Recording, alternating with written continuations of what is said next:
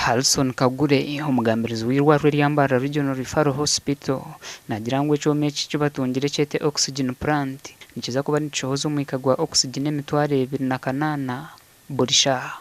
Tuyina omugisha mahanga kugira ngu tutungire oxygyen plant etihibwe kuruga omu kitongore kya Global Health Collaborative hamwe na Ministry of Health kandi ahindu kugambira oxygyen plant egi installation ningasho kugibyara kuriyo nikugenda omumisho neija kutuyambaho munonga kugonjora enshonga y'ibura ry'omwika gwa oxygyen.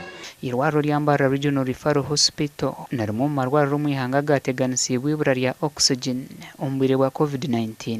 Nibwo twabiire twatungamo okucumbagira nimwijuka ngo omwika gwa oxygyen tukaba tugwiha aheru kandi ubwo twine ebyoma bibiri konka tutungire ekyoma kya kashateki actually omwika gwa oxygyen ogucuru kushokoza buri shaaha nugurenga omitwaro 28. Hona wode zimwe nk'eya accident na emergency ey'abaana bari kuzarwa batashikire n'ezindi zitwire niziteganisibwa ibura ry'omwika gwa oxygyen ahabwa abarwire bingi abari kugwetenga. Kandi omwe abarwire ab'ekika ekyo nibija bari omu mbeera mbi munonga then tuhendera tubatire aha mwika gwa oxygyen nka cases omu intensive care unit okwe omwika gwa oxygyen ni kikuru munonga aho kugira ngu abarwire abari kuba bariyo nibaba batakubasa kweyamba kwisya. Omwika ogwo gwa oxygyen ogw'irwariro rurikuza kutandika kukora nigwija kuba nigukoresibwa n'amarwariro agandi okuruga omu district 13 eza Ankore.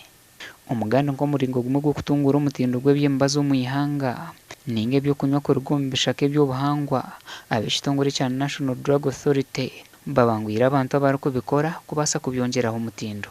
Okurambura kw'okushoma oku kwaba kwebembirwe omushaho arikukorera emibazi y'ekiraguzo mu kitongore kya National Drug Authority Michael Mutyaba hamwe n'orukukorera abarikukora emibazi y'ekiraguzo kandi board member hakakiiko kakora ka NDA Haji Jamiro Rutakome. Okulaba nti tusobola okugeraageranya abakozi b'amadagala ntulaba ani asingako netuleeta abalala ne bajja basobole okubeera nga basomerawo. N'okujja n'abahabalista abatabuzi b'eddagala kulaba nti bayigirako ku factory eno. Ngaffe ekitongole kya National Drug Authority bawa okulaba nti eddagala bahabalista bakola lya mutindo alikola ate leeta bulabe. Ahabwo kugira ngu emibazi y'okunywa erikukorwa kuruga omu bijuma n'ebishaka bitari bimwe na bimwe nibyeyongyeraho akatare abantu baterera abarikukora ebyokunywa eby'omuranga okureebeka ngu baronda ebyo ebiri aha mutindo. Gashakwa Elias Rutugusa na Nagudi Fatima.